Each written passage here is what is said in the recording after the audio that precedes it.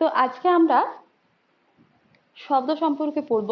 এটা একটা ইম্পর্টেন্ট বিষয় এবং এখান থেকে ভালো রকম প্রশ্ন আসে পরীক্ষায়। জেনারেল সায়েন্সের মধ্যে বিভিন্ন পরীক্ষার জন্য ইম্পর্টেন্ট। তো আগে অনেকে ক্লাস করেছো আর অনেকে আছো আজকে নতুন ক্লাস করবে, আমরা একটু দেখে নিই, চলো। ওকে। তো শব্দ কি না এক প্রকারের শক্তি বলতে পারি, বেসিক্যালি আমরা বলতে পারি কাইনেটিক এনার্জি। শব্দ কি হয়, এক জায়গা থেকে আরেক জায়গায় যায়, তাহলে ওটা কি হয়, একটা এনার্জি ফ্লো হয়। তার মানে শব্দকে আমরা একটা জিনিস বলতে পারি, শব্দ is one type of energy, শব্দ এক প্রকার শক্তি, এটা আমরা খেয়াল রাখবে। শব্দ কেন সৃষ্টি হয় না, শব্দ সৃষ্টি হয় কোনো বস্তুর কিসের ফলে, কম্পনের ফলে, ভাইব্রেশনের ফলে। ওকে। তোমরা আমাকে একটা জিনিস বলো যে শব্দ যাওয়ার জন্য কোনো মাধ্যমের প্রয়োজন হয় নাকি হয় না। শব্দ যাওয়ার জন্য মাধ্যমের প্রয়োজন হয়। হ্যাঁ, ভ্যাকামের মধ্য দিয়ে বা শূন্যস্থানের মধ্য দিয়ে কিন্তু শব্দ যেতে পারে না। যেমন ধরো চাঁদে, চাঁদে কি বায়ুমণ্ডল নেই, তো তাহলে চাঁদে পাশাপাশি দাঁড়িয়ে দুটো মানুষ যখন কথা বলবে তাহলে কিন্তু একজন আরেকজনের কথা শুনতে পাবে না। কেন? ওখানে ভ্যাকাম আছে, কোনো মাধ্যম নেই, শূন্যস্থান, বায়ুও নেই, কিছুই নেই। তো তাদের কথা বলার জন্য বেতার যন্ত্র ব্যবহার করা হয়। ওকে।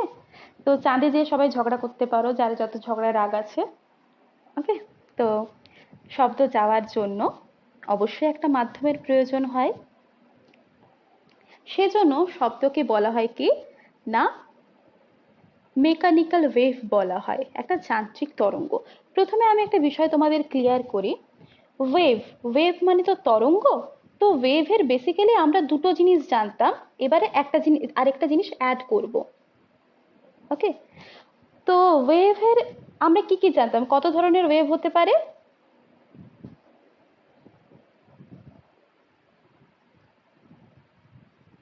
একটা হচ্ছে মেকানিক্যাল, একটা আলো কি ধরনের তরঙ্গ, আলোক বলো, ইলেকট্রোম্যাগনেটিক মানে তড়িৎ চুম্বকীয় তরঙ্গ। আরেকটা হয় কি ম্যাটার ওয়েভ, ম্যাটার ওয়েভ। হ্যাঁ। তো ওয়েভকে বা তরঙ্গকে আমরা বেসিক্যালি তিনটে, আমরা ছোটবেলায় পড়তাম না মেকানিক্যাল এবং ইলেকট্রোম্যাগনেটিক ওয়েভ সম্পর্কে, এই ক্লাসে মন দাও। মেকানিক্যাল আর ইলেকট্রোম্যাগনেটিক ওয়েভ সম্পর্কে এবারে আমরা একটা জিনিস অ্যাড করেছি, সেটা হচ্ছে ম্যাটার ওয়েভ। আমি একটু এক্সাম্পল দিয়ে দিচ্ছি।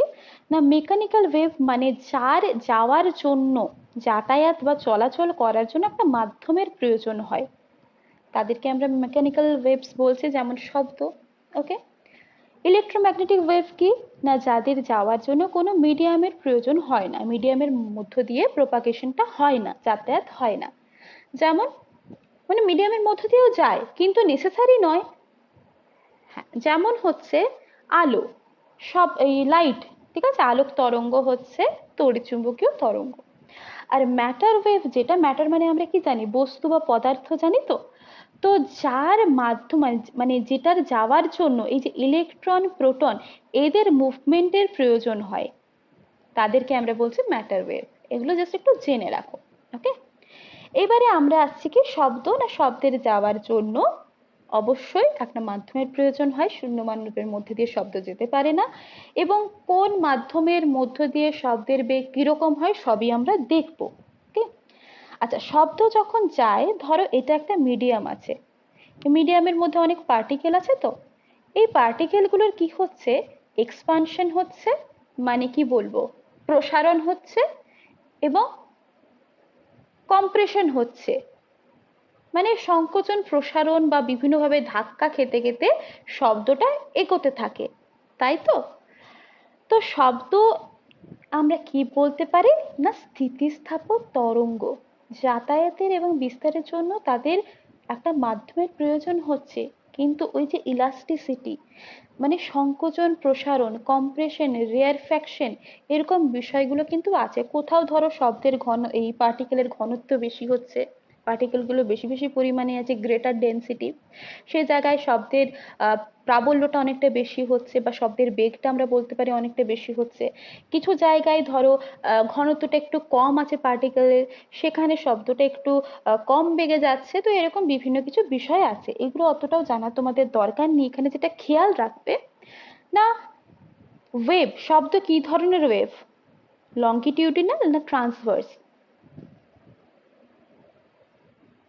লংগিটিউডিনাল মানে অনুদৈর্ঘ্য তরঙ্গ, এটা কিন্তু প্রশ্ন আসে। দেখো আলো কি ধরনের তরঙ্গ, আলোকে বলতে পারি একটা ট্রান্সভার্স ওয়েভ। দেখো মেকানিক্যাল ওয়েভস এর দুটো ভাগ আছে, লংগিটিউডিনাল, ট্রান্সভার্স, কিন্তু শব্দকে আমরা কি বলছি না, এটা হচ্ছে লংগিটিউডিনাল ওয়েভ, অনুদৈর্ঘ্য তরঙ্গ। আমরা যদি এরকম ভাবে ছবি আঁকি, এরকম ভাবে পার্টিকেলস গুলো আছে, ওকে, কিছু কিছু জায়গায় পার্টিকেলস এর ঘনত্ব অনেক বেশি হয়, গ্রেটার ডেন্সিটি, সেখানে কি হয় কম্প্রেশন হয়, এবং যেখানে লেস ডেন্সিটি, কম ডেন্সিটি, সেখানে হচ্ছে রেয়ারফ্যাকশন হয়। তো এই যে জিনিসগুলোর ফলে শব্দ কি হয়, একটা জায়গা থেকে একটা পার্টিকেলে ধাক্কা খেয়ে আরেকটা জায়গায় যায়, এইভাবে শব্দটা কিন্তু চলাচল করতে পারে। কেমন? আবার যখন আমরা ট্রান্সভার্স ওয়েভ দেখব, সেটা কিন্তু এরকম এরকম এরকম ভাবে যায়, যেটা আমরা আলোক তরঙ্গের ক্ষেত্রে পরে দেখবো আর কি। ওকে, তো এগুলো হচ্ছে বেসিক বিষয়। কেমন? তোমরা খেয়াল রাখবে শব্দ হচ্ছে একটা অনুদৈর্ঘ্য তরঙ্গ। এবারে আসছি শব্দের বেগ। শব্দের বেগ সব থেকে বেশি কোন মাধ্যমে হয়? কঠিন মাধ্যমে শব্দের বেগ সব থেকে বেশি। হ্যাঁ, কঠিন, তরল, গ্যাস। ওকে, কঠিন মাধ্যমে শব্দের বেগ সব থেকে বেশি হয়, তারপরে তরল, তারপরে গ্যাস। এইবারে এই কঠিনের মধ্যেও কিন্তু একটা প্রশ্ন আসে, সেটা কি আমি বলে দিচ্ছি। কঠিনের মধ্যে তোমাকে ধরো বললো কোন ধাতুর ক্ষেত্রে শব্দের বেগ সব থেকে বেশি, কি বলবে? হ্যাঁ, এগুলো একটু নোট ডাউন করবে, কেমন? অ্যালুমিনিয়াম। সলিডের মধ্যে কিসের শব্দের বেগ বেশি না, অ্যালুমিনিয়াম। ওকে, এই 6420 মিটার পার সেকেন্ড মতো, এটা পরীক্ষায় আসে, অ্যালুমিনিয়াম। ওকে, আর যে দুটো তিনটে আমি নোট ডাউন করাবো সেটা হচ্ছে সলিডের মধ্যেই, সেটা লেখো স্টিল। স্টিল, মাইল্ড স্টিল বলে আছে, খুব নরমও নয় খুব শক্তও নয়, মাইল্ড। তো ওটার মধ্যে দিয়ে শব্দের বেগ লিখে রাখো 5960। কেমন প্রশ্ন আসে বলে দিচ্ছি। আর স্টেইনলেস স্টিলটা খুব ইম্পর্টেন্ট, স্টেইনলেস স্টিল যেটা, সেটা হচ্ছে 5790 মিটার পার সেকেন্ড। ওকে, কেন বললাম, ইউপিএসসি ফরম্যাটে এখানে প্রশ্ন আসে, শুধুমাত্র ডাব্লিউবিসিএস এর ক্ষেত্রে এখন দেয় না, কিন্তু ভবিষ্যতে যে দেবে না তার কোনো গ্যারেন্টি নেই। কিরকম প্রশ্ন, যেমন স্টেটমেন্ট দুটো দিয়ে দিল, এই দুটো লেখা হয়েছে তোমাদের? আচ্ছা, স্টেটমেন্ট দুটো দিয়ে দিল যে শব্দ অনুদৈর্ঘ্য তরঙ্গ, একটা স্টেটমেন্ট। সেকেন্ড স্টেটমেন্ট দিল কি না, শব্দের বেগ কঠিন মাধ্যমে সব থেকে বেশি, তারপরে তরল, তারপরে গ্যাস। থার্ড স্টেটমেন্ট দিল যে স্টেনলেস স্টিলের মধ্যে শব্দের বেগ অ্যালুমিনিয়ামের শব্দের বেগ অপেক্ষা বেশি। এবারে বলল কোনটি সঠিক, কোন বিবৃতিটি সঠিক। কোথাও অপশন দিল 1 2 3, কোথাও অপশন দিল 1 2, কোথাও দিল 2 3, কোথাও দিল 1 3। তুমি কি বলবে? 1 2, তিনটা ভুল, কারণ 3 নম্বরে আমি কি বলেছি, 3 নম্বরে আমি বিবৃতি এটা দিয়েছিলাম যে স্টেনলেস স্টিলের শব্দের বেগ, স্টেনলেস স্টিলের শব্দের বেগ অ্যালুমিনিয়াম অপেক্ষা বেশি, কিন্তু আসলে কি, আসলে অ্যালুমিনিয়ামের শব্দের বেগ বেশি, তাই তো? তাহলে 3 নম্বর বিবৃতি আমার ভুল হয়ে যাচ্ছে। সেজন্য জাস্ট কয়েকটা জিনিস খেয়াল রাখতে হবে। সলিডের মধ্যে অ্যালুমিনিয়ামের শব্দের বেগ সব থেকে বেশি। ওকে, আর স্টেইনলেস স্টিলে অনেক সময় ডিজিট দিয়েও থাকে কোয়েশ্চেন, নিয়ার বাই একটা ডিজিট দেয় 5790। তো শব্দের বেগ স্টেইনলেস,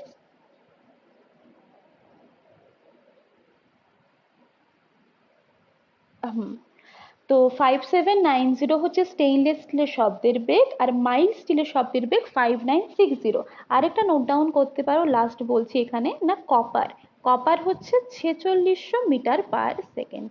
ওকে, 4600 মিটার পার সেকেন্ড। এইবারে আসছে লিকুইডের ক্ষেত্রে, তাহলে সলিড গেল, সলিডের পর আসছি আমরা লিকুইড। সেখানে দেখো জলের বিভিন্ন ধরন থাকে, জলের ক্ষেত্রে দুটো জিনিস আমি লেখাবো।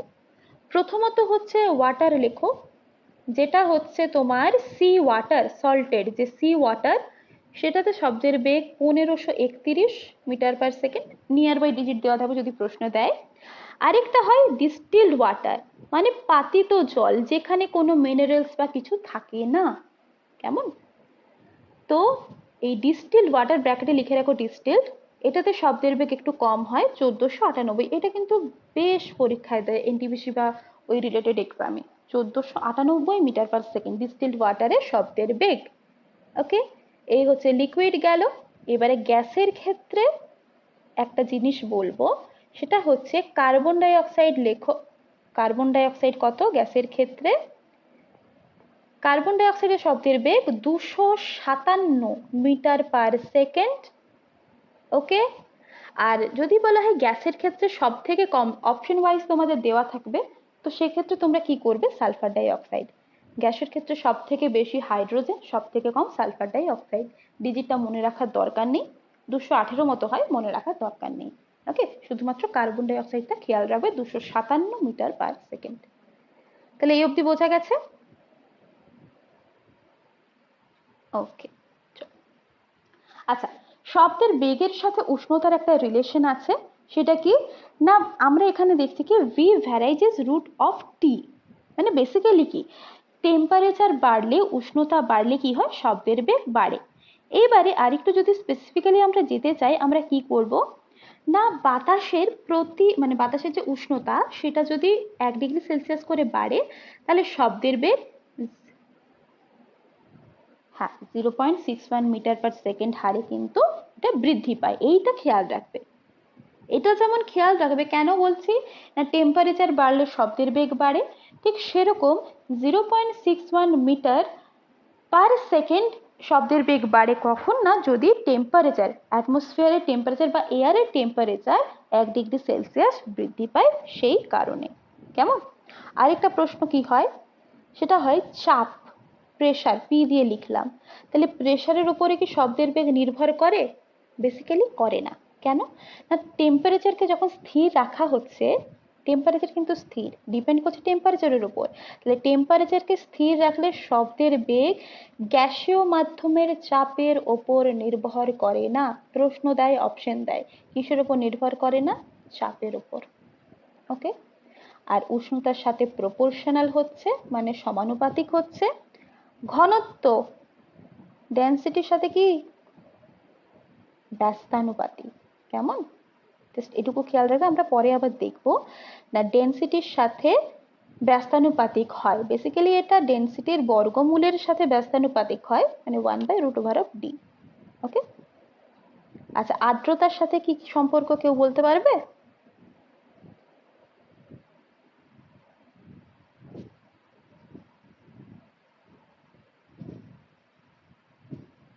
মানে আমি হ্যাঁ, বলো বলো।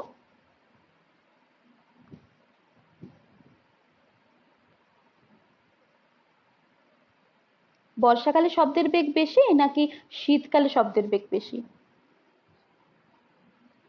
কেন হয়?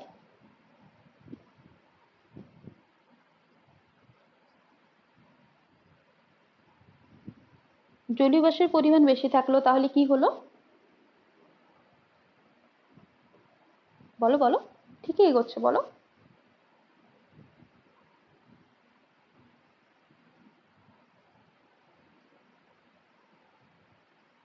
আর্দ্রতা বেশি হচ্ছে, আর কি বলছিলে? তরল, হ্যাঁ, একদম।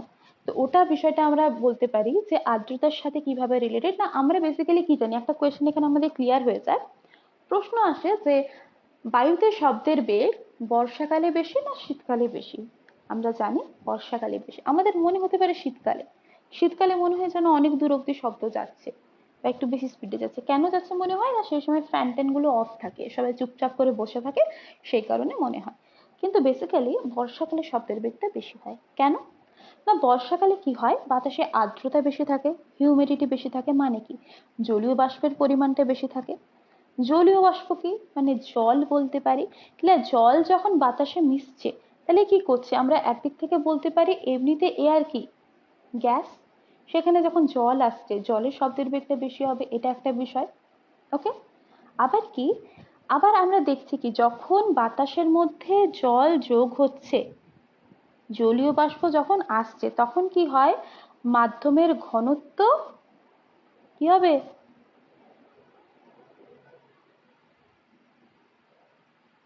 বলো, মাধ্যমের ঘনত্ব বেশি হবে। বাতাসে কণাগুলো একটা জায়গায় ছিল, সেখানে যখনই জল চলে আসছে তোমরা একটা জায়গায় গ্যাদার করেছিলে, সেখানে বাইরে থেকে অন্য লোক চলে এলো, তাহলে তোমাদেরকে দু একজন মানুষকে এখান থেকে বেরিয়ে যেতে হবে না, বেরোতে হবে তো।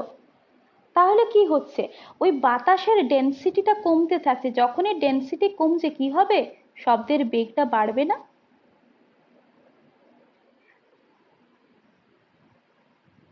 আলটিমেট বিষয়টা কি হলো, না জল এসে জায়গাটা দখল করলো।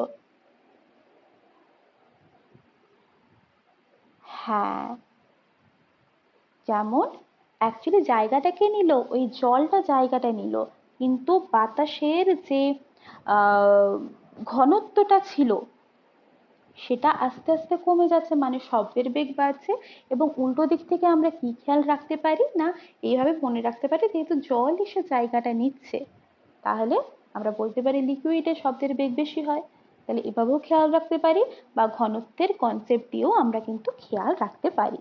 তাহলে আমরা দেখলাম কি, না বাতাস যত বেশি আর্দ্র হবে শব্দের বেগ তত বেশি হবে। ওকে, তাহলে বর্ষাকালের শীতকালের মধ্যে দেখলাম বর্ষাকালে শব্দের বেগ বেশি। এবারে যদি বলা হয় শীতকাল আর গ্রীষ্মকাল, এর মধ্যে কখন শব্দের বেগ বেশি হবে, বলো, কেন, কেন?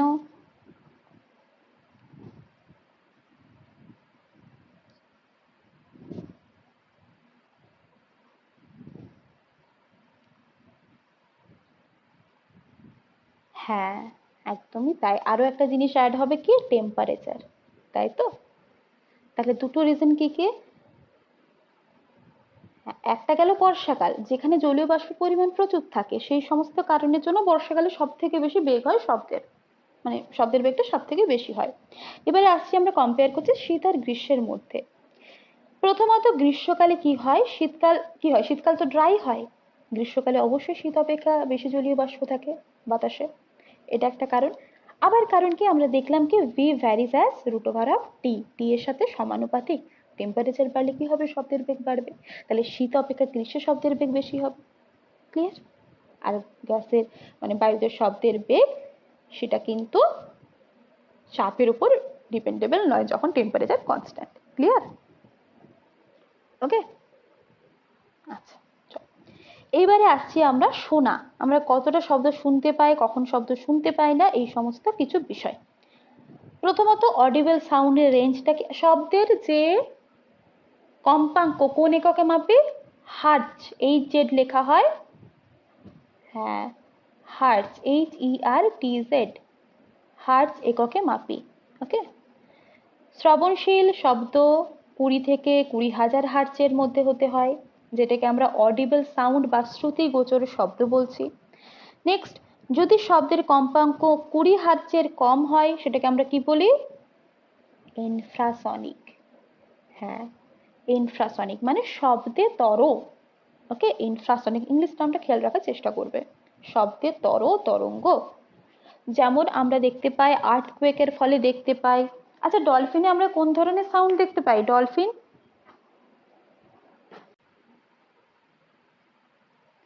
ডলফিনও কিন্তু আলট্রাসনিক সাউন্ড প্রডিউস করে, বেসিক্যালি ও যখন এগোয় না, ও দেখবে ইকোলোকেশন যেটা আমরা দেখি ব্যাটের ক্ষেত্রে, ওয়ান টাইপ অফ ইকোলোকেশন কিন্তু, হ্যাঁ, তো ডলফিনের ক্ষেত্রেও কিন্তু আমরা আলট্রাসনিক সাউন্ড দেখতে পাই। ওকে, আচ্ছা, তাহলে আমরা কি দেখলাম, 20 হার্টজের থেকে যখন কম্পাঙ্ক কম হচ্ছে তখন সেটাকে আমরা বলছি ইনফ্রাসনিক সাউন্ড। যখন ভূমিকম্প হচ্ছে সেক্ষেত্রে আমরা কিন্তু ইনফ্রাসনিক সাউন্ড বলছি, ভূমিকম্পের ফলে ইনফ্রাসনিক সাউন্ড আমরা শুনতে পাই। ওকে, আচ্ছা, আর 20,000 হার্টজের থেকে বেশি যদি শব্দের কম্পাঙ্ক হয় সেটাকে আমরা কি বলবো? আল্ট্রাসনিক সাউন্ড, যেটা কুকুর, বাদুড়, বিড়াল, ডলফিন এরা শনাক্ত করতে পারে। আবার ডলফিন বলো, বাদুড় বলো, এরা যেমন শুনতে পায় সেরকম তৈরিও করতে পারে। যখন ফর এক্সাম্পল বাদুড়, বাদুড় তো দেখতে পাচ্ছে না, সে কি করবে, এই আল্ট্রাসনিক সাউন্ড প্রডিউস করবে, শুনতে তো পাচ্ছি প্লাস প্রডিউসও করছে, এবং যখন প্রডিউস করছে তার সামনে যদি কোনো ধরো পাটা টাটা কিছু আছে, বাধা আছে, কি হবে, শব্দটা ওখানে লেগে তার কাছে ফিরে যাবে। তো এই যে প্রসেসটা, এটাকে বলা হয় ইকোলোকেশন। এই ইকোলোকেশনের সাহায্যে বাদুড় শব্দ করতে করতে এগিয়ে যায় এবং ওই জন্য ধাক্কা খায় না। ওকে, তো ইকোলোকেশনটা আমরা ডলফিনের ক্ষেত্রেও দেখি, বাদুড়ের ক্ষেত্রেও দেখি। আচ্ছা, এখানে একটা বিষয় বলে দিই, এই আর্থকুয়েক বললাম তো, এই রিলেটেড নয়, জাস্ট একটু খেয়াল রাখবে ওয়েভ সম্পর্কিত। এই ওয়েভ কিন্তু তিনটে মেইন টাইপের হয়। কারো জানা আছে আর্থকুয়েকের কি কি রকম ওয়েভ আছে, তরঙ্গ নাম আছে তার? কারো জানা আছে? একটা হচ্ছে এস, একটা হচ্ছে পি, আরেকটা এল, তাই তো? হ্যাঁ, আর্থকুয়েকের 3 টাইপের তরঙ্গ থাকে, এটা কিন্তু খেয়াল রাখবে। প্রশ্ন এরকম দেয় যে ধরো আজকে দিয়ে দিল এক্সাম্পল, এর মধ্যে কোনটা ভূমিকম্পের ফলে উৎপন্ন তরঙ্গ নয় বা ভূমিকম্পের সাথে রিলেটেড নয়? সেটা হবে ডি, কারণ আমরা কি জানি এস, পি আর এল এরা হচ্ছে ভূমিকম্পের সাথে রিলেটেড তরঙ্গ। কেমন, ক্লিয়ার?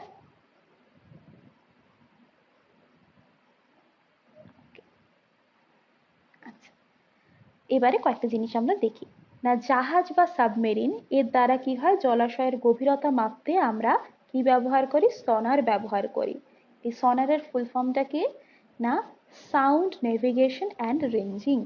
তাহলে জাহাজ, সাবমেরিন ইত্যাদি দ্বারা যখন জলাশয়ের গভীরতা মাপা হয়, আমরা কোন প্রসেসে মাপি বা কার দ্বারা মাপি, দ্যাট ইজ যে রেঞ্জিং যে প্রসেসটা আছে, সনার, সাউন্ড নেভিগেশন অ্যান্ড রেঞ্জিং এর দ্বারা মাপি। সমুদ্রের গভীরতা কি দিয়ে মাপা হয়, কোন যন্ত্রের সাহায্যে বলো? ফ্যাদোমিটার, একদম ফ্যাদোমিটার।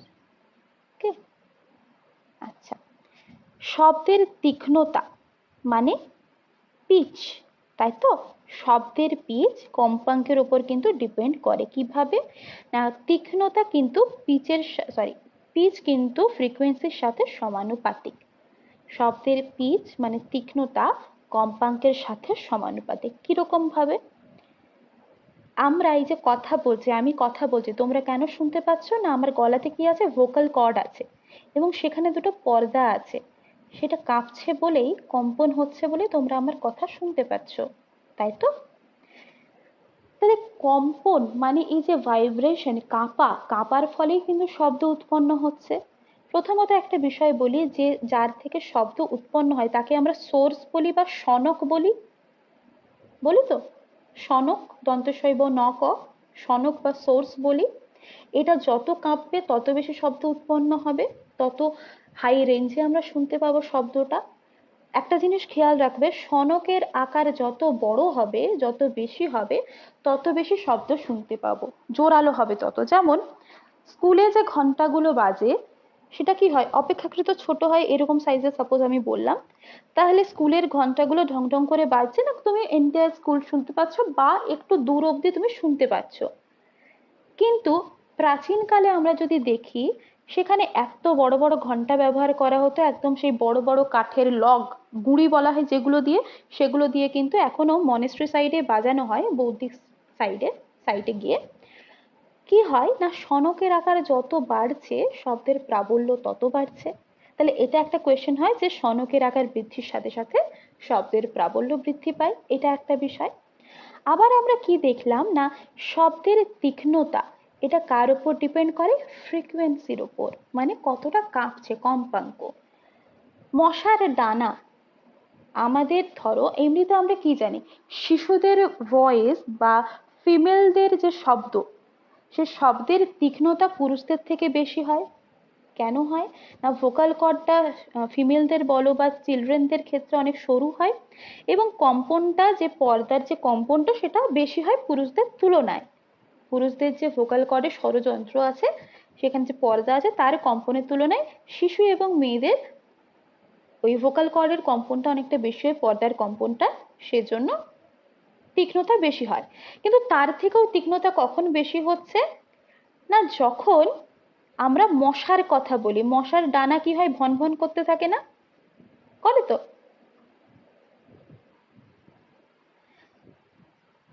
হ্যাঁ, এর কম্পনটা প্রচুর হয়। ইভেন মেয়েদের মেয়েদের গলা বলো বা শিশুদের গলা বলো, তাদের ভোকাল কর্ডের পর্দাটা হ্যাঁ যতটা না কাঁপে, মশার ডানার কম্পনটা কিন্তু অনেক বেশি হয়।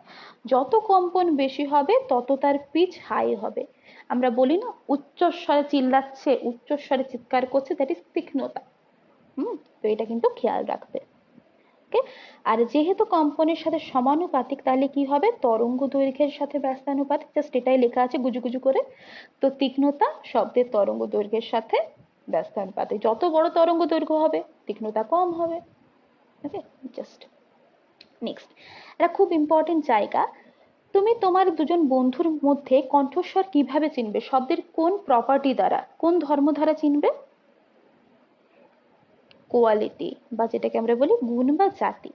যেমন আমরা বলি কি না, স্ট্রিং ইনস্ট্রুমেন্ট, তারের যন্ত্র কি হতে পারে, গিটার হতে পারে, তাই তো? গিটার যেমন হতে পারে, সেরকম সেতার হতে পারে, বীণা হতে পারে, ভায়োলিন হতে পারে। তো এগুলো সবই কিন্তু স্ট্রিং ইনস্ট্রুমেন্ট, তার থাকে এগুলোতে। কিন্তু তবু আমরা চোখ বন্ধ করে না দেখে বলে দিতে পারি, যে শব্দ শুনি যে এটা গিটারের শব্দ, এটা সিতারের শব্দ, এটা বীণার শব্দ, আর একটা ভায়োলিনের শব্দ, বলে দিতে পারি। কেন না, তার কোয়ালিটি গুলো আলাদা হয়। ঠিক সেরকম ভাবে আমার ভয়েস শুনে বলতে পারবে তোমরা যে এটা আমার ভয়েস, সেরকম আরেকজনের ভয়েস শুনে তোমরা বলতে পারবে না সেটা তার ভয়েস। তাহলে এটা তোমরা কিভাবে জানতে পারছো না, ভয়েসের প্রত্যেকের আলাদা আলাদা কোয়ালিটি আছে। তাহলে তোমার বন্ধুর কণ্ঠস্বর তুমি চিনতে পারবে কিসের দ্বারা, তার কোয়ালিটি, বা যেটাকে আমরা বলি গুণ বা জাতির দ্বারা। এইভাবেই বিভিন্ন বাদ্যযন্ত্রকেও কিন্তু ক্যাটাগরাইজ করা হয়। ক্লিয়ার? ঠিক আছে, ওকে। মানুষের কান প্রতিধ্বনি শনাক্ত করতে পারে যদি শব্দ এবং তার প্রতিফলনের মধ্যে সময়ের ব্যবধান 0.1 সেকেন্ড হয়। এর সাথে একটা বিষয় আমি রিলেট করিয়ে দিচ্ছি, দাঁড়াও। এই যে 0.1 সেকেন্ড সময়কালকে বলা হয় শব্দ নির্বন্ধ বা পারসিস্টেন্স অফ হিয়ারিং। আমরা যখন আলো পড়তাম ছোটবেলায়, বা আবার যখন ডিসকাশন করব, ধরো কোনো একটা জিনিস তুমি দেখলে, সেটা তোমাদের মস্তিষ্কে কতক্ষণ স্থায়ী হয়? 1-10 সেকেন্ড বলি তো, তাই তো? 1-10 সেকেন্ড স্থায়ী হয়। 1-10 মানে কি, 0.1 সেকেন্ড।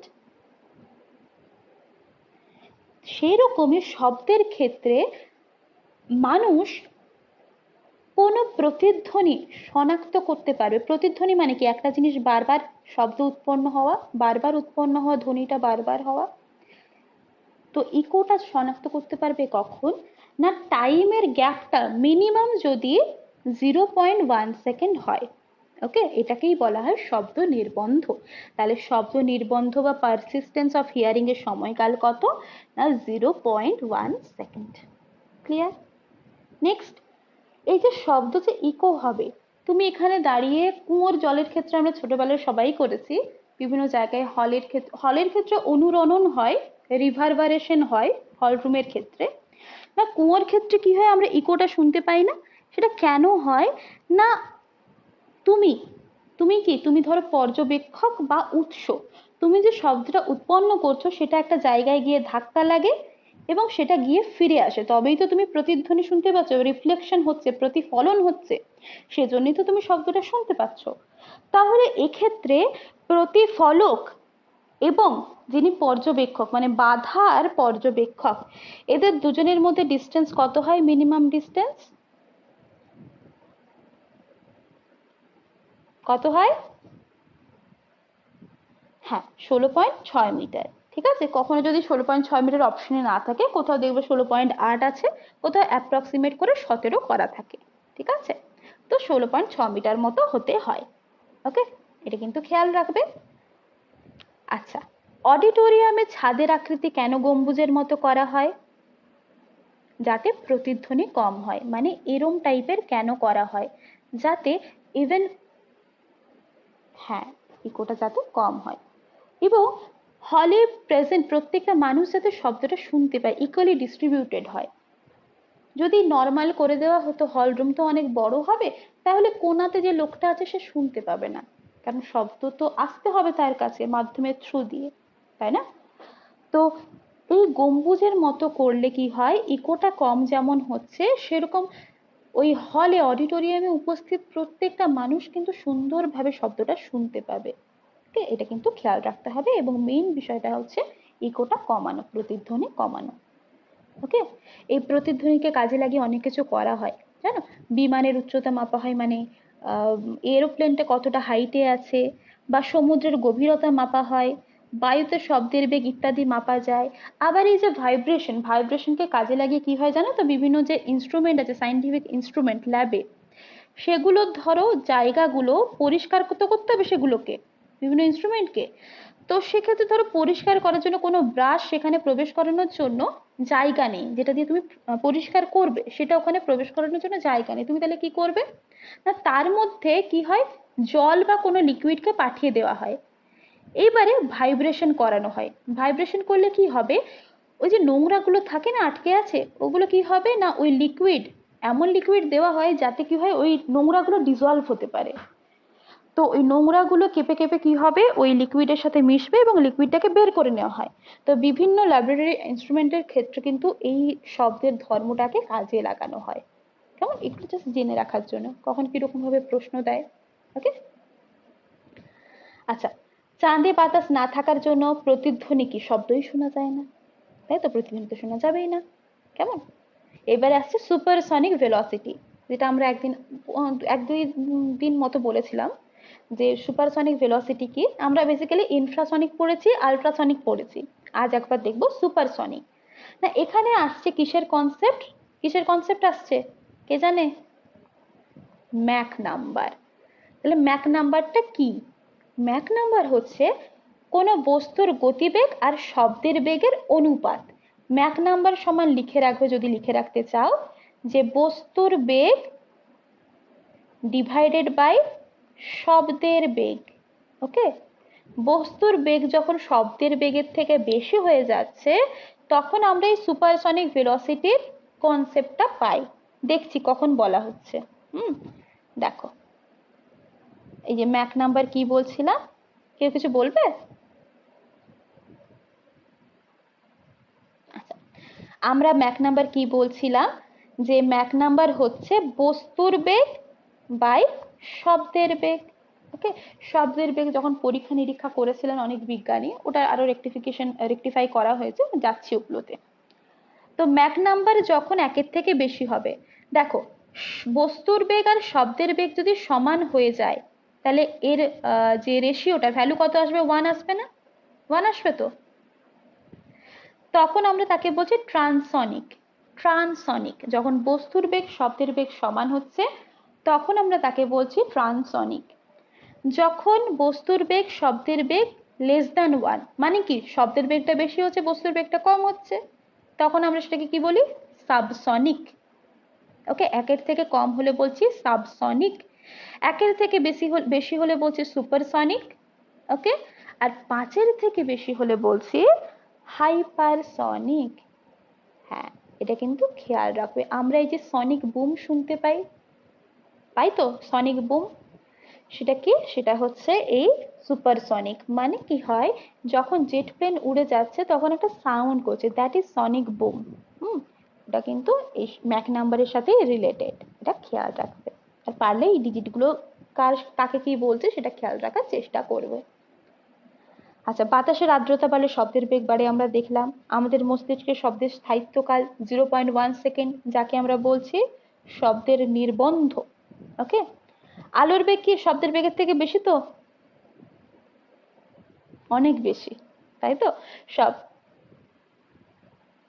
হ্যাঁ, বিদ্যুৎ চমকালে আগে আলো দেখতে পায় আর পরে শব্দ শুনতে পায়। মানে তুমি খেয়াল রাখবে, হ্যাঁ, ওই যে আমরা ভয় পাই না যে মেঘটা গুড়ুগুড়ু করে ডাকছে, মানে বিদ্যুৎ চমকাচ্ছে, তাহলে আহ, বাজ পড়ে গেল কি না, তুমি শব্দের মানে বাজের শব্দ, বিদ্যুতের শব্দ শুনতে পেয়েছো, মানে তুমি সেফ আছো, মানে বিদ্যুৎটা কিন্তু পড়ে গেছে অলরেডি, আর শব্দটা পরে আসছে।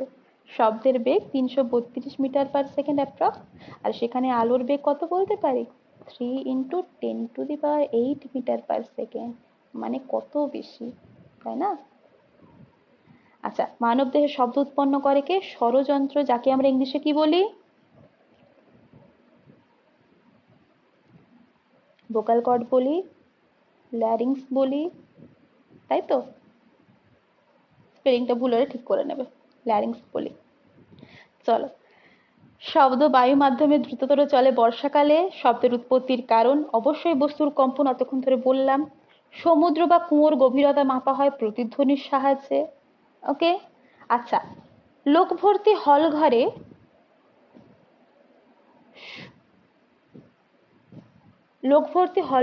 শূন্য ঘরের যে শব্দ ক্ষীণ হয়, মানে বিষয়টা কি বলতো? একটা হল ঘরে তুমি একা আছো, তুমি কিছু একটা কথা জোরে বলছো, হল ঘরে কিছু নেই, তোমার কোনো আসবাবপত্র কিচ্ছু নেই, ফার্নিচার কিচ্ছু নেই, কোনো লোক নেই, তুমি যখন শব্দটা করবে তখন কি হবে? এমনি নর্মাল কথা বলছো, সেটা অনেকটা জোরে শোনাবে, তাই তো? হ্যাঁ, কিন্তু যখনই সেখানে কোনো ফার্নিচার বা কোনো ব্যক্তি আছে, তখন কি হচ্ছে না, শব্দটা শোষণ হচ্ছে। সেজন্য ওটাই বলা আছে যে লোক ভর্তি হল ঘরে শূন্য ঘরের চেয়ে শব্দ ক্ষীণ হয়। লোক যত বেশি থাকবে শব্দ তত কি হবে? ক্ষীণ হবে, মৃদু হতে থাকবে। ওকে, আচ্ছা, এবারে আসছি ডপলার ইফেক্ট। ডপলার ইফেক্টকে কাজে লাগিয়ে কিন্তু অনেক কিছু করা যায়, যেমন চোর ধরা যায়, আবার অনেক কিছু করা যায়। ডপলার ইফেক্টটা কি কারো জানা আছে? হ্যাঁ, একদমই তাই। অরিজিনাল কম্পাঙ্ক আর যেটা আপাত কম্পাঙ্ক বলি, রিলেটিভ ফ্রিকোয়েন্সি বলি, সেটার কনসেপ্ট। সাপোজ স্টেশনে কেউ একজন দাঁড়িয়ে আছে, একজন ব্যক্তি, ঠিক আছে? এই ব্যক্তি দাঁড়িয়ে আছে স্টেশনে, এখান থেকে একটা ট্রেন আছে, ট্রেন কি হচ্ছে? সাইরেন দিতে দিতে আসছে। ট্রেনের যে আসল কম্পাঙ্ক আর এই ব্যক্তির কাছে এই যে ট্রেনের যে সাইরেনের কম্পাঙ্ক, তার মধ্যে নিশ্চয়ই পার্থক্য আসবে। এই যে পার্থক্যটা, এই বিষয়টাকেই বলা হচ্ছে ডপলার ইফেক্ট। মানে কি? ধরো একজন পর্যবেক্ষক, এই লোকটাকে আমি কি বলছি? পর্যবেক্ষক। আর এই ট্রেনের যে সাইরেন, ট্রেনটাকে কি বলবো? সোর্স, শব্দের উৎস। তাদের মধ্যে কি আছে? একটা গতি থাকছে, আপেক্ষিক গতি। ট্রেনটা এগোচ্ছে, তার মানে কি তাদের দুজনের মধ্যে একটা রিলেটিভ ভেলোসিটি আছে। তাহলে কি হবে? পর্যবেক্ষকের শোনা এটা তো রিলেটিভ, মানে আপাতভাবে একটা কম্পাঙ্ক শুনতে পাচ্ছে, রিয়েল কম্পাঙ্ক তো নয়। কিন্তু এই ট্রেনের কি হয়? একটা রিয়েল যেটা উৎপন্ন করছে, সেখানে তো তার রিয়েল কম্পাঙ্কটা রয়েছে। এর মধ্যে কিন্তু ডিফারেন্স আছে। এটাকে কাজে লাগিয়ে, ডপলার ইফেক্টকে কাজে লাগিয়ে পুলিশরা কি করে, ধরো কোনো যানবাহন, কোনো ভেহিকলস প্রচুর স্পিডে আসছে, তার গতিবেগটা মাপতে পারে। ওকে, যখন দেখবে এই পর্যবেক্ষক আর উৎস, এদের মধ্যে দূরত্বটা কমতে থাকছে, তখন কি হয় না, এদের যে আপাত কম্পাঙ্ক, রিলেটিভ কম্পাঙ্ক কমে যাবে, তাই না? কম্পাঙ্কটা তো কম হবে যেহেতু কম ডিস্টেন্স থাকছে। জাস্ট ওই বিষয়টাই না, রেলওয়ে স্টেশনে আগমনরত ইঞ্জিনে বাঁশি বাজতে থাকলে প্ল্যাটফর্মে দাঁড়ানো ব্যক্তির কাছে বাঁশির কম্পাঙ্ক আসলের চেয়ে বেশি হবে, বেশি কাঁপছে, তাই যখন লোকটার কাছে এসে পৌঁছবে বেশি বেশি কেঁপে পৌঁছবে, তাই না? কিন্তু যখন ইঞ্জিনে যে লোকটা বসে আছে তার কাছটায় দাঁড়িয়ে কম্পাঙ্কটা কম হবে, কিন্তু একটু দূরে যে আছে তার কাছে কম্পাঙ্ক বেশি হবে। তো যখন দুটো জিনিসের মধ্যে, মানে পর্যবেক্ষক আর উৎসের মধ্যে যখন আপেক্ষিক গতি থাকছে, তখন তাদের মধ্যে এই আপাত কম্পাঙ্কের একটা বিষয় আসে, এটাকেই কিন্তু ওই ডপলার ইফেক্ট আমরা বলতে পারি। আচ্ছা, বাদ্যযন্ত্র সমূহে ফাঁকা স্থান থাকে। ফাঁপা বাক্সের কি হয়, যে বায়ু থাকে তো, যেমন হারমোনিয়ামের ক্ষেত্রে দেখবে বা গিটারের ক্ষেত্রে দেখবে। হারমোনিয়ামেরটা আগে বলে দিই। ধরো এখানে তো রিড গুলো আছে, রিডের এখানে কিছু যুক্ত থাকে ওরা, ঠিক আছে, স্ট্রিং এর সাহায্যে ওরা যুক্ত থাকে, এবং এই যে মধ্যিখানের পোর্শনটা ফাঁকা থাকে। যখনই তুমি বেলো করবে এরকম ফুটো ফুটো থাকে তো, ওটা দিয়ে হাওয়া পাস করে ওই জায়গাটার সাহায্যে। তাহলে কি হয়, যখনই তুমি রিড গুলোকে প্রেস করছো শব্দ উৎপন্ন হচ্ছে। সে একই রকম জিনিস পিয়ানোর ক্ষেত্রে আমরা আবার রিলেট করতে পারি। ধরো এটা হচ্ছে গিটার, তো গিটারের ক্ষেত্রে কি হচ্ছে, এখানে একটা হোল থাকছে, যেটা দিয়ে তোমরা জানো তো এই জায়গাটা ফাঁকা থাকে, তো কি হয়, তো ওখানে কি হয় না, বাতাস চলাচল করতে পারে, বাতাসে কি হয়, অনুনাদ সৃষ্টি করতে পারে। এই যে বাতাসে যে অনুনাদ হয় সেই কারণে কিন্তু শব্দের প্রাবল্য আস্তে আস্তে বৃদ্ধি পায় বা হ্রাস বৃদ্ধি হতে পারে। তো তোমরা একটা জিনিস খেয়াল রাখবে, তোমাদেরকে একটা জিনিস বলছিলাম আমি, সেটা কি বলতো, যে কোনো বাদ্যযন্ত্র অন্য একটা বাদ্যযন্ত্র থেকে আলাদা, সেটা তোমরা কিভাবে বুঝবে, কোন ধর্মের দ্বারা, কোয়ালিটির দ্বারা, তাই তো? হ্যাঁ, কোয়ালিটির দ্বারা। আর অনুনাদ মানে কি, একটা রেজোনেন্স টাইপের, অনুনাদ হচ্ছে রেজোনেন্স টাইপের, কখনো সেটা উঠবে কখনো সেটা নামবে, তো এই যে কম্পনশীল কম্পন যে হচ্ছে তার কারণে হচ্ছে। তো এটা কেন হয় না, বাদ্যযন্ত্র সমূহে যে ফাঁকা স্থান থাকে সেই ফাঁকা স্থানে বাক্সের যে, বাক্স বলতে ইনস্ট্রুমেন্টের যে বায়ুটা থাকে, সেখানে যখন তুমি রিডটা প্রেস করছো ওই স্থানের বায়ুটা অন্য জায়গায় চলে যাচ্ছে, তাই না? যখন প্রেস করছো তাহলে ওখানে কি হবে, বাতাসটা অন্যদিকে বেরিয়ে যাবে। তো এরকম ভাবে কিন্তু রেজোনেন্সের মাধ্যমে শব্দের প্রাবল্য আস্তে আস্তে বৃদ্ধি পায়, হ্রাস বৃদ্ধিটা ঘটে। ওকে, আবার একটা প্রশ্ন কি দিয়েছি এখানে দেখো, সমুদ্রের তীরে যদি বিস্ফোরণ ঘটে তাহলে শব্দটা আগে কে শুনতে পাবে? প্রশ্নটা এরকম থাকে, ধরো সমুদ্রে বিস্ফোরণ ঘটলো, একজন ব্যক্তি সমুদ্রের তলায় একই দূরত্বে আছে, ধরো 10 মিটার দূরত্বে সমুদ্রের তলায় জলের মধ্যে আছে একজন, আরেকজন এই ডাঙাতেই এই 10 মিটার দূরত্বে আছে, এই বিস্ফোরণের শব্দ আগে কে শুনতে পাবে?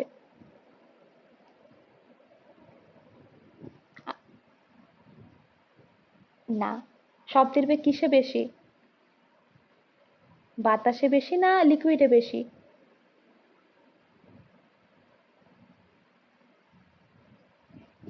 হ্যাঁ, ডিস্টেন্সটা ইকুয়াল বলেছি, তাহলে আমরা কি জানি, লিকুইডের শব্দের বেগ বেশি গ্যাস অপেক্ষা। তাহলে যখন এখানে বিস্ফোরণটা হচ্ছে লিকুইডের থ্রু দিয়ে শব্দটা তাড়াতাড়ি এখানে পৌঁছবে না, একই দূরত্ব, আর এখানে একটু দেরি হবে গ্যাসীয় মিডিয়াম, তাই না? তাহলে আগে কে শুনতে পাবে, জলের নিচে যে ব্যক্তিটি বসে আছে সে শুনতে পাবে। কেমন? শব্দের চেয়ে বেশি গতিসম্পন্ন বিমানকে আমরা বলি কনকর্ড বিমান, যেটাকে সুপারসনিক এয়ারক্রাফট। ম্যাক নাম্বার কত হয় সুপারসনিকের ক্ষেত্রে? হুম, একের বেশি, 5 হলে হাইপার। হ্যাঁ। আচ্ছা, রিমোট সেন্সিং বা দূরত্ব অনুধাবন বলতে বিশেষভাবে কি বোঝাচ্ছে না, উপগ্রহের সাহায্যে দূর থেকে ভূমণ্ডলের যে অবলোকন, এটা হচ্ছে রিমোট সেন্সিং। মানে কোথায় কি হবে বা না হবে, এই যে অগ্নুৎপাত হবে কি না হবে, এই সমস্ত কিছু এই জায়গার এই বিষয়গুলোর মাধ্যমে কিন্তু অনুধাবন করা যায়, ভূমিকম্প বলো অগ্নুৎপাত বলো এই সমস্ত বিষয়। শব্দোত্তর তরঙ্গ কেন উৎপন্ন হয়, মানে একটা অনেক ওয়ে তো আছে আল্ট্রাসনিক সাউন্ড উৎপন্ন হওয়ার, ইউএসজি করাতে গেলে আল্ট্রাসনিক সাউন্ড লাগে, তো বিভিন্নভাবে উৎপন্ন হয়। তো কোয়ার্টজ ক্রিস্টাল আছে, এর অসিলেশন হয়, তরঙ্গ, অসিলেশন মানে কি অসিলেটরি, আমরা বলি না তরঙ্গ, তো কোয়ার্টজ যে ক্রিস্টাল তার অসিলেশনের মাধ্যমে উৎপন্ন হয় আল্ট্রাসনিক সাউন্ড। আচ্ছা, আল্ট্রাসনিক সাউন্ড, এই যে দেখো আল্ট্রাসোনোগ্রাফি কি না, ছোট তরঙ্গ দৈর্ঘ্যের শব্দের দ্বারা যখন ইমেজিং হচ্ছে, ইমেজ, যখন ধরো কোথাও কোষে টিউমার বা কিছু হয়েছে বা সিস্ট জাতীয় কিছু হয়েছে, বিভিন্ন ক্ষেত্রে আমরা কি করি না আল্ট্রাসোনোগ্রাফি করি। কি করা হয় না, এরকম টাইপের একটা যন্ত্র থাকে, ওই যন্ত্রটাকে কি হয়, বডির যে পোর্শনে প্রবলেম আছে সেই পোর্শনের উপর দিয়ে ওটাকে মুভমেন্ট করানো হয়, ঠিক আছে, একটু হেভি মুভমেন্টই করানো হয়। কি করে না শব্দ তরঙ্গগুলো এর মধ্যে দিয়ে যায় এবং যখনই দেখবে কোথাও লাম্পস আছে বা কিছু আছে সেখানে ধাক্কা খাবে। এই শব্দ তরঙ্গগুলো খুব ছোট ছোট তরঙ্গ হয় এবং যেখানে ধাক্কা পাবে সেখানে কি হয় একটা ইমেজের ফর্মেশন হয়। এর দ্বারা কি বুঝতে পারে না ওখানে একটু সমস্যা হয়েছে বা কিছু হয়েছে। তো আল্ট্রাসোনোগ্রাফির ক্ষেত্রে ছোট তরঙ্গের শব্দের দ্বারা কিন্তু ইমেজিং করা হয়। আর দ্য লাউডনেস অফ সাউন্ড কার উপর ডিপেন্ড করে? ওয়েভ অ্যাম্পলিটিউডের উপর, শব্দের বিস্তারের উপর। শব্দের বিস্তার মানে কি? ধরো শব্দ এরকম এরকম যাচ্ছে, তো তো এটা আমি জাস্ট বোঝানোর জন্য বলছি যে এটা ধরো একটা তরঙ্গ ফর এক্সাম্পল। বিস্তার মানে কি? যতটা তার এক্সপানশন হচ্ছে সেটাকে আমরা বিস্তার বলছি। ওকে, এটা আমি বোঝানোর জন্য এরকম ভাবে আঁকলাম। তো এটাকে আমরা অ্যাম্পলিটিউড বা বিস্তার বলছি। ওকে, এটা জাস্ট সোজাভাবে বোঝানোর জন্য আঁকলাম। শব্দের গতিবেগ ঘন্টায়, এটা মনে রাখার দরকার নেই। শব্দের বেগ 0°C উষ্ণতায় শব্দের বেগ 332 মিটার পার সেকেন্ড, 20°C উষ্ণতায় শব্দের বেগ 343 মিটার পার সেকেন্ড। এক্ষুনি আমরা বলেছিলাম কি টেম্পারেচার বাড়লে শব্দের বেগ বাড়ে, বাড়ে তো? তাহলে 0-তে শব্দের বেগ ছিল 332, 20-তে শব্দের বেগ নিয়ার বাই 343 হয়ে গেল। ওকে, প্রশ্ন আসে যে কত ডিগ্রি সেলসিয়াস উষ্ণতায় শব্দের বেগ 332 মিটার পার সেকেন্ড? না 0°C। সেই জন্য টেম্পারেচারটা উল্লেখ করা আছে, এটা কিন্তু খেয়াল রাখবে। ওকে, আচ্ছা, একটি শূন্য পাত্রকে আঘাত করলে ভরা পাত্রের চেয়ে বেশি শব্দ হয় তো? আকার বলা হয়নি, একটা খালি গ্লাসকে তোমরা সবাই ছোটবেলায় করেছো, টুং করে আওয়াজ করে দিলে বেশি কাঁপছে, যত কম্পন হবে তত শব্দ হবে। যখন তুমি গ্লাসটাকে জল দিয়ে ভরে দিচ্ছ কম্পনটা কমে যাচ্ছে, শব্দ কম উৎপন্ন হবে। ওকে, চলো।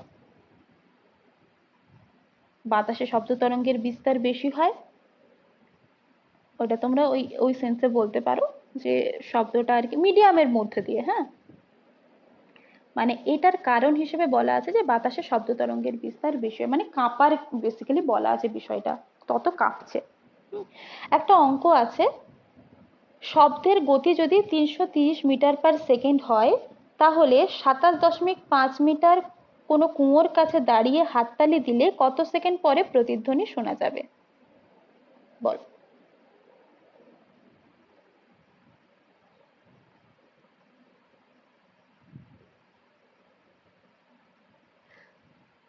বলো কি করে করবে এটা? Speed equal to distance by time. আচ্ছা, তারপর স্পিড কত আছে আমার দেওয়া? 330। আচ্ছা, ডিস্টেন্স কত আছে? তাহলে এটা 27.5 থাকবে নাকি কিছু চেঞ্জ হবে?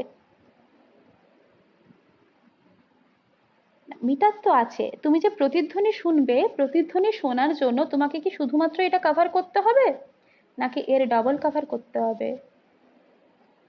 ডাবল কভার করতে হবে। হ্যাঁ, যাবে আসবে। তাহলে টোটাল ডিস্টেন্স কত হলো? 27.5 গুণিত 2 মানে 55। তোমার লাগবে টাইম, তাই তো? তাহলে এখান থেকে আমি টাইম কি পেলাম? 55/330 মানে 1/6। হয়েছে? আনসার বেরিয়েছে? তাহলে আমরা কি করলাম? যেটুকু জানতাম যে স্পিড সমান ডিস্টেন্স বাই সময়, তাহলে স্পিড বলা আছে কত? শব্দের বেগ 330 মিটার পার সেকেন্ড। আর ডিস্টেন্স কত যেতে হবে না, আমাকে বলেছে আমি প্রতিধ্বনি শুনতে পাবো। প্রতিধ্বনি শোনা মানে কি? শব্দ ধরে এখান থেকে উৎপন্ন হচ্ছে, উৎপন্ন হয়ে যাবে কোনো একটা জায়গায় ধাক্কা খাবে, আবার তো সেম ডিস্টেন্স করে আমার কাছে ফিরে আসবে। তাহলে যে ডিস্টেন্সটা আছে সেটা কি ডাবল হলো না? তাকে দ্বিগুণ বেশি ডিস্টেন্স কভার করতে হবে। ডিস্টেন্স দেওয়া আছে 27.5, দ্বিগুণ করে দাও কত হয়? 55 হয়। তোমাকে টাইম বের করতে হবে, তাহলে টাইম মানে কত? এরকম কোনাকুনি গুণ করে দিচ্ছি তো, তাহলে টাইমটা এখানে উঠে গেল। টাইম সমান 55/330, কাটাকুটি করো, 1/6 চলে এলো।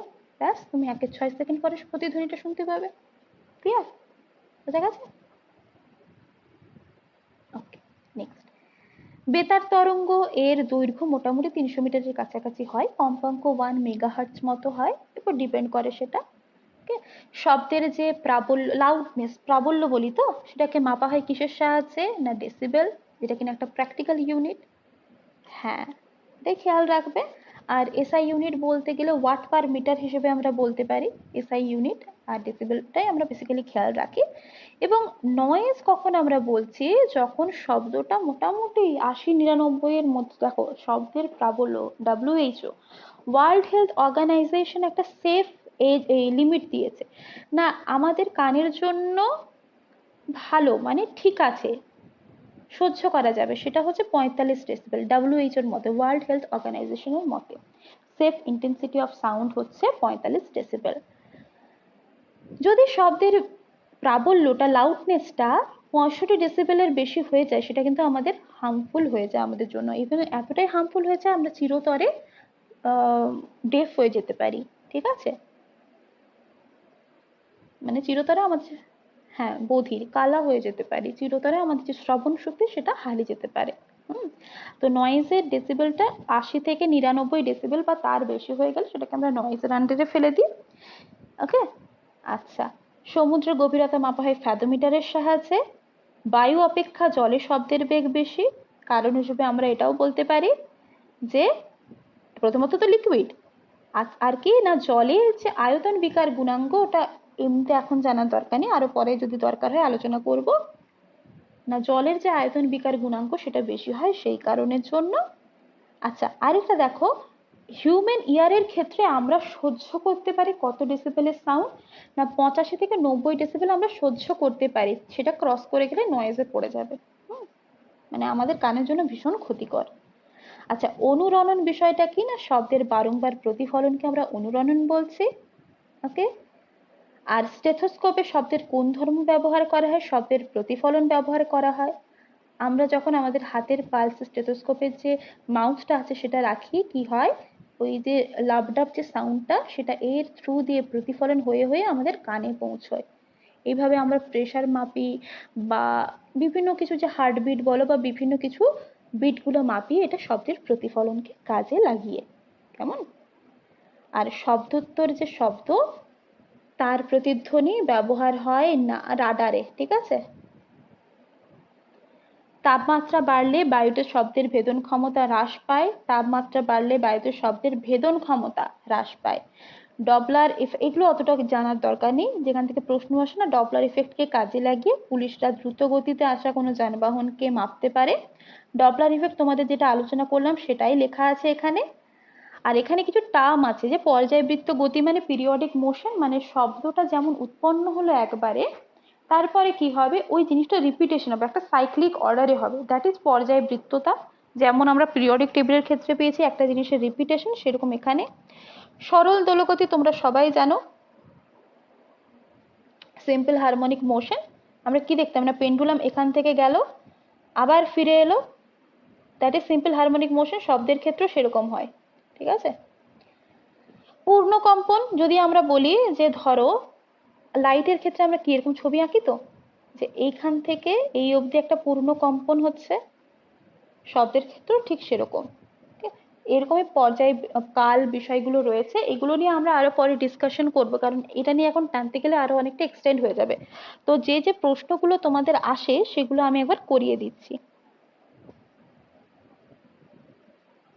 চলো, এই বেসিক টার্ম নিয়ে আমরা আলোচনা করব, শব্দের বলো লাইটের বলো, দুটোর ক্ষেত্রে কম্পেয়ার করে পড়বো, সুবিধে হবে। শব্দতর মানে আল্ট্রাসনিক সাউন্ডকে আমরা কোথায় ব্যবহার করি, গভীর সমুদ্রে মাছ ধরতে, সমুদ্রের গভীরতা মাপতে, পানীয় জল দুধ ইত্যাদিকে দূষণ মুক্ত করতে মানে জীবাণু মুক্ত করতে। হ্যাঁ, আর টিউমার বা অসুখ, তোমরা জানো যে টিউমার নির্ণয়ের ক্ষেত্রে ব্যবহার করা হয়। বা এই যে আমরা নেভিগেশন এন্ড রেঞ্জিং বললাম, সোনার সমুদ্রের গভীরতা মাপতে, ডুবোজাহাজ সাবমেরিন কোথায় আছে সেটা মাপতে, পাহাড় কোথায় আছে সে অবস্থান জানতে, কিন্তু এইগুলো জানার জন্য আমরা আল্ট্রাসনিক রে ইউজ করি, আল্ট্রাসনিক সাউন্ড ইউজ করি অ্যাকচুয়ালি। আচ্ছা, এটা খেয়াল রাখবে যে একই চাপ আর উষ্ণতায় অক্সিজেন গ্যাসের ঘনত্ব হাইড্রোজেনের ঘনত্বের কত গুণ, 16 গুণ। একই চাপ উষ্ণতায় অক্সিজেন গ্যাসের ঘনত্ব হাইড্রোজেন গ্যাসের 16 গুণ। ওকে, আর অন্যান্য বিষয় যদি অপরিবর্তিত রাখা হয়, তাহলে অক্সিজেন গ্যাসের মধ্যে শব্দের বেগ হাইড্রোজেনের শব্দের বেগের 1/4 অংশ হবে। দেখো, চাপ একই উষ্ণতা একই, সেই সময় অক্সিজেন গ্যাসের ঘনত্ব হাইড্রোজেন গ্যাসের 16 গুণ। Oxygen is greater than hydrogen, কি এর রেসপেক্টে? ডেন্সিটি এর রেসপেক্টে। কত গুণ? না 16 গুণ। ওকে, যখন চাপ আর temperature, pressure and temperature constant আছে। এবং কি বলছে না অক্সিজেন গ্যাসের মধ্যে গিয়ে শব্দের বেগ হাইড্রোজেনের মধ্যে শব্দের বেগের 1/4 অংশ হবে। মানে শব্দের বেগ কোথায় বেশি হবে আমরা প্রথমেই বলেছি না, হাইড্রোজেন টপে ছিল না যখন আমরা লিস্টগুলো লিখছিলাম গ্যাসের ক্ষেত্রে? হ্যাঁ, তাহলে গ্যাসের ক্ষেত্রে হাইড্রোজেন কিন্তু টপে ছিল।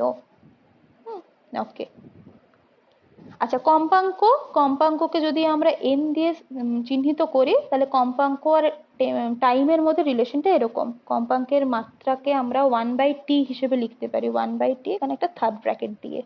কম্পাঙ্কের একক হচ্ছে হার্টজ। শব্দের কোন ধর্মের জন্য আমরা সমুদ্রের গভীরতা মাপতে পারি? রিফ্লেকশন, প্রতিধ্বনির জন্য। নেক্সট, কোন স্বরের মধ্যে কম কম্পাঙ্ক বিশিষ্ট সুরকে কি বলি আমরা? মূল সুর বলি। এই যে যেমন ধরো বিভিন্ন কম্পাঙ্ক দেওয়া আছে, ধরো 252, এটার অর্ধেক করলে কত হবে গো? 126। এটার আরো ডবল করো, 504। তো এই তিনটের মধ্যে যদি মূল সুর বলি সেটা কোনটা বলবো? 126কে বলবো। তাহলে কোন স্বর, এগুলোকে মিলে কোন স্বর হচ্ছে, সারেগামা পাধানিসা যেরকম উল্কি সরগম বলি আমরা, সেরকমই কোন স্বর, এগুলো কি কম্পাঙ্ক। 126 হার্জ, 252 হার্জ, 504 হার্জ। তো কোন শব্দের মধ্যে মূল সুর যেটা সব থেকে কম কম্পাঙ্ক বিশিষ্ট সুরকে বলা হচ্ছে মূল সুর। কেমন? আচ্ছা, বিভিন্ন বাদ্যযন্ত্র থেকে উৎপন্ন শব্দগুলি কিসের দ্বারা পৃথক হয়? জাতি বা গুণ দ্বারা পৃথক হয়। আর ছেলে ও মেয়েদের গলার স্বর আমরা পার্থক্য করতে পারি, তীক্ষ্ণতার বেসিসে পার্থক্য করতে পারি। পিচ ছেলে আর মেয়েদের গলার মধ্যে বলেছে। কেমন? মেয়েদের গলার মধ্যে হলো গুণ বা জাতি, তোমার দুজন বন্ধুর মধ্যে পৃথক করবে গুণ বা জাতি, যখন ছেলে মেয়ে বলছে তখন সেটা হচ্ছে তীক্ষ্ণতা। এক্ষুনি বলেছিলাম শব্দের বেগ কিসের উপর নির্ভর করে না? চাপের উপর নির্ভর করে না। হ্যাঁ, আর শব্দের প্রাবল্যের একক কি? ডেসিবেল। সমুদ্রের গভীরতা মাপা হয় ফ্যাথোমিটারের সাহায্যে। শীতকাল অপেক্ষা বর্ষাকালে শব্দের বেগ বেশি হবে। হ্যাঁ, স্টেথোস্কোপে শব্দের কোন ধর্ম দেখি? শব্দের প্রতিফলন দেখি। একদম। হ্যাঁ, আর এগুলো জাস্ট কিছু লেখা আছে যে প্রাবল্য আর শ্রোতার দূরত্বের মধ্যে সম্পর্ক কি না, শ্রোতার দূরত্বের স্কোয়ারের সাথে প্রাবল্য ব্যস্তানুপাতিক। জাস্ট এই বেসিক গুলো বলা আছে। তো মূল সুর তোমরা কিন্তু খেয়াল রাখবে, মূল সুর হলো তোমার যে সব থেকে কম কম্পাঙ্ক বিশিষ্ট সুরটাকে, হ্যাঁ, তাকে আমরা বলছি কি? তাকে আমরা বলছি মূল সুর। এবারে আমাকে একটা জিনিস বলো যে সমমেল বিষয়টা কি বলো তো?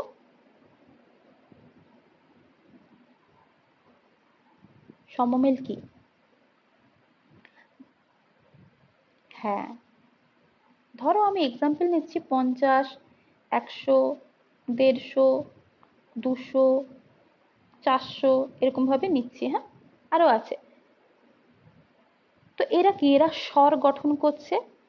এই স্বরের মধ্যে এদেরকে কি বলছি? উপসুর বলছি আমরা। যেন ইউনিটকে কি বলি? একক বলি। সাব ইউনিটকে কি বলি? উপ একক বলি।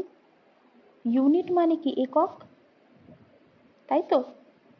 সাব ইউনিট মানে ইউনিটের আর ভাগ, মানে উপ একক বলি, তাই তো?